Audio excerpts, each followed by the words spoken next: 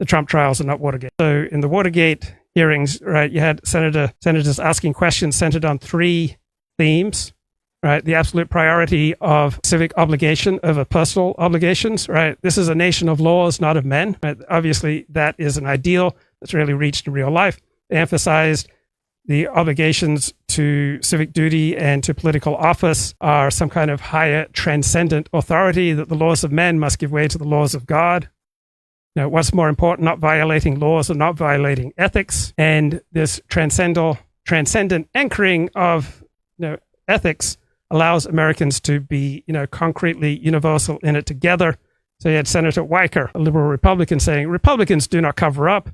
Republicans do not go ahead and threaten.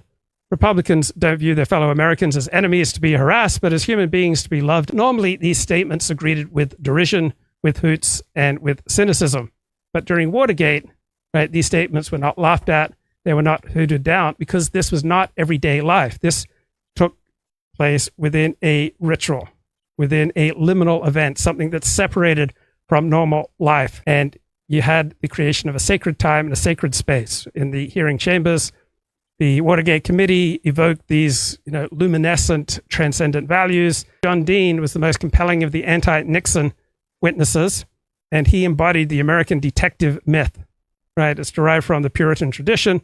He was portrayed as someone who's just ruthlessly pursuing truth and justice without emotion or vanity, and this is how the left sees the prosecutors of Donald Trump. And then when witnesses would come forward against Donald Trump, all right, the powers that be, our leading institutions and the center left and the left, grant forgiveness to former Trump partisans in accord with their conversions to the cause of righteousness and their creation of stories about how evil and threatening Donald Trump is.